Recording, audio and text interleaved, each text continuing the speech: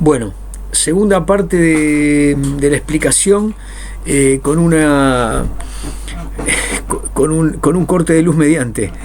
En el videíto de 4 minutos y pico que les pasé, les estaba explicando el primer texto de Sanjurjo que ustedes tienen en el Classroom. En realidad está escrito por Ana España. Y ahí me parece que hay conceptos de las ciencias sociales que son más claros que los que hemos no que los que hemos visto, sino, digo, está claro que son más claros que los que yo di en clase, pero me refiero a que en Bollio y en Vilar están mirados desde lugares distintos, desde Bollio de lo epistemológico y en Vilar desde la relación que tienen esos conceptos con la historia, centrados en la historia, ¿no? Entonces, en el texto es el primer capítulo de Sanjurjo, que escribe España, aparece ahí una definición de ciencias sociales y algunos otros conceptos sobre la formación histórica de las ciencias, como si la historia epistemológica de las ciencias sociales, que me parece que les puede venir bien. Lo que hice fue agregarles, porque había un error, les saqué un capítulo de Sanjurjo y les agregué el correcto. ¿Cuál es el correcto? Que yo expliqué en clase. Bueno, el capítulo 3 de la segunda parte se llama El valor didáctico de los conceptos en la selección y organización de los contenidos en las ciencias sociales. En la enseñanza de las ciencias sociales. Olvídenlo de la enseñanza. Parémonos en los conceptos. A partir de la página 119 de ese capitulito que les acabo de enviar, página 119, aparecen los conceptos de tiempo y espacio en la enseñanza de las ciencias sociales.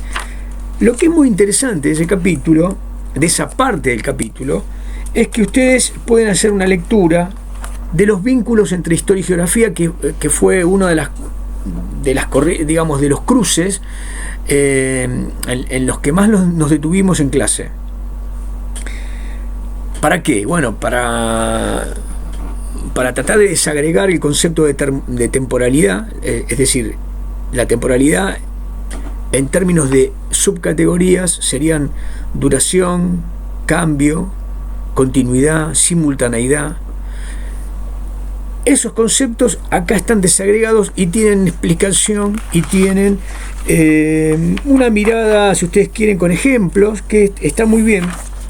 Aparece sucesión, simultaneidad, ritmo, duración. ¿Se acuerdan que hablamos del tema de los cambios y el ritmo de los cambios?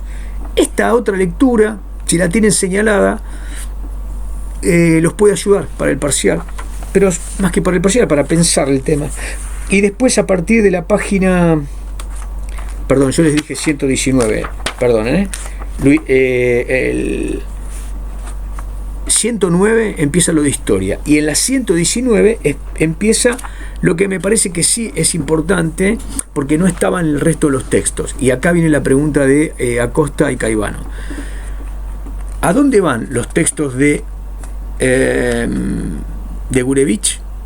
Y en este caso, que les voy a explicar ahora. Bueno, a desagregar el concepto de espacialidad, que lo tratamos menos en clase. Bueno, ese concepto de espacialidad aparece en este fragmento del capítulo. ¿Se acuerdan que dijimos que el espacio es una construcción social? Entonces, pensando el espacio desde el método que utilizamos en clase, mis preguntas fueron referidas a de qué manera uno piensa espacio. Entonces lo piensa desde la territorialidad, pero la territorialidad es, un concepto lato, ¿no? de extensión, de continente. Ese vacío físico, digámoslo, a nosotros se nos presenta históricamente como la potencialidad de recursos. Entonces aparecieron recursos, y los recursos tienen directa relación con ecosistemas, biomas, con una cantidad de variables que no están dadas por la mano del hombre, pero sí el hombre construye a partir de esas variables y de esas constantes también, y modifica en buena medida los suelos, el entorno, y bueno, claramente modifica también en buena medida esos ciclos, ¿no? Como estamos viendo en la actualidad.